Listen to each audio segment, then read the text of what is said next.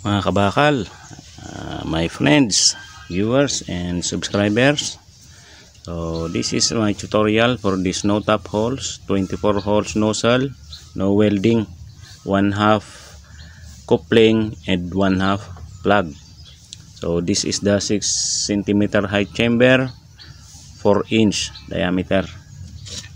So let's measure. This is 6 cm height chamber, and this is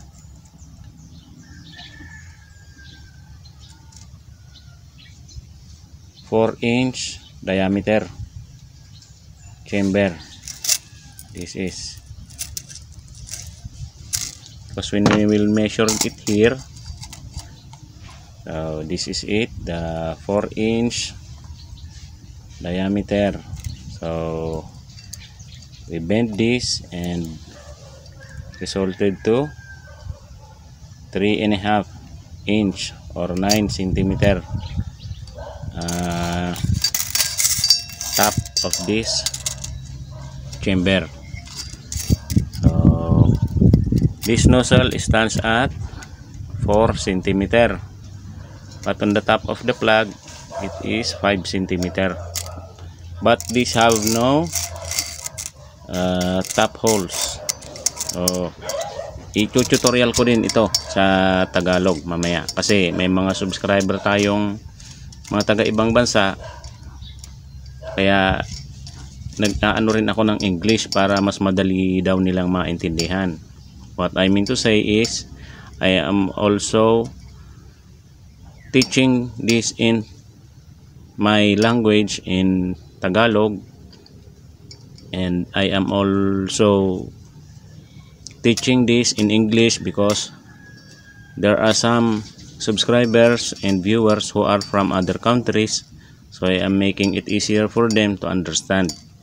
So this is why I am speaking in English and Tagalog, and also in my fellow countrymen will teach this in Tagalog because I am not good in English, but I am trying my best to express it in English. This tutorial for our no welding nozzle with this short chamber. So this is detachable. So I put the nipple, the base, and 3/4 elbow. So this is 1/2 coupling. So this coupling measures 3.5 cm at the top of this coupling, not including this plug because this have no top holes. So let's go to the holes. So I made the hole here at 1.5 cm from the base. The first layer I put 4 holes, 2 mm slanted downward, and I put 1.5 mm drill bit directed straight. At the second layer I put 1 cm distance from the first layer. These are 16 holes, 1.5 mm drill bit, and on the top there is no hole here.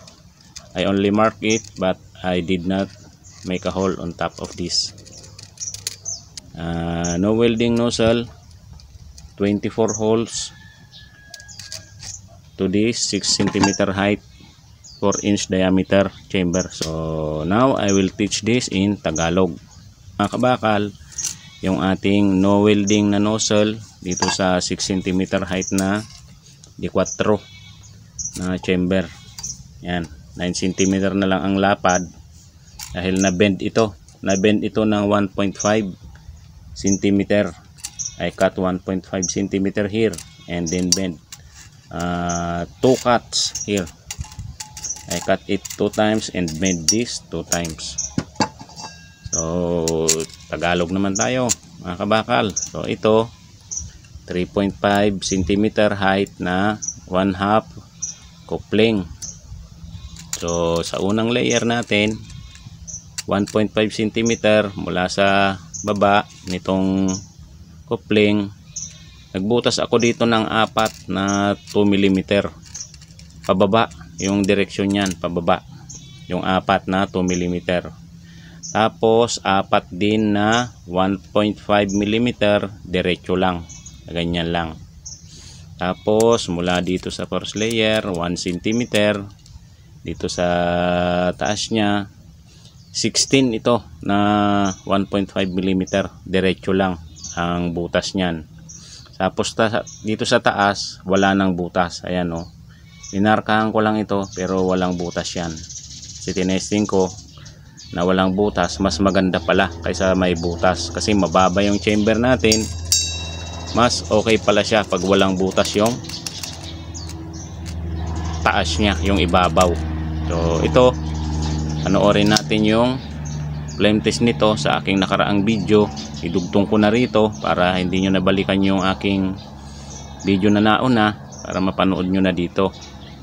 And what I mean to say is, let's watch the previous flame test of this design with my last upload. So by the way, I missed something.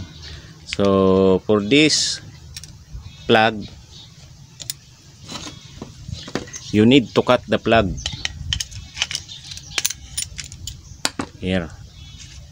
You need to cut the plug so it will not reach this portion when you are going to make a hole, because when you will not cut a portion of this, it will be harder for you to make a hole on this part, because it is prone to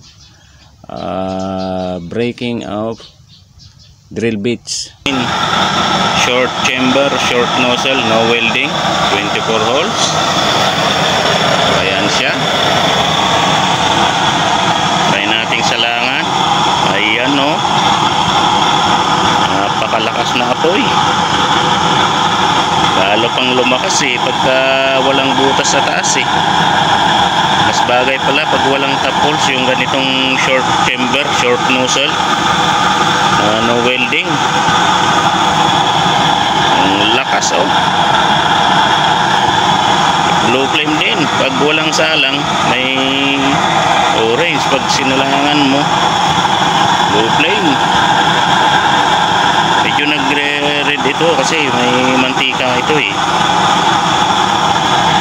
Ayan siya Okay na okay pala. Okay pala ito. Walang butas sa taas.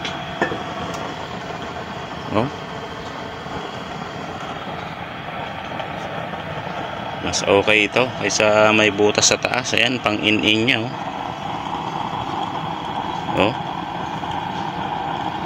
Okay na okay ang pang in-in. Ano, pahina niya napaka-smooth.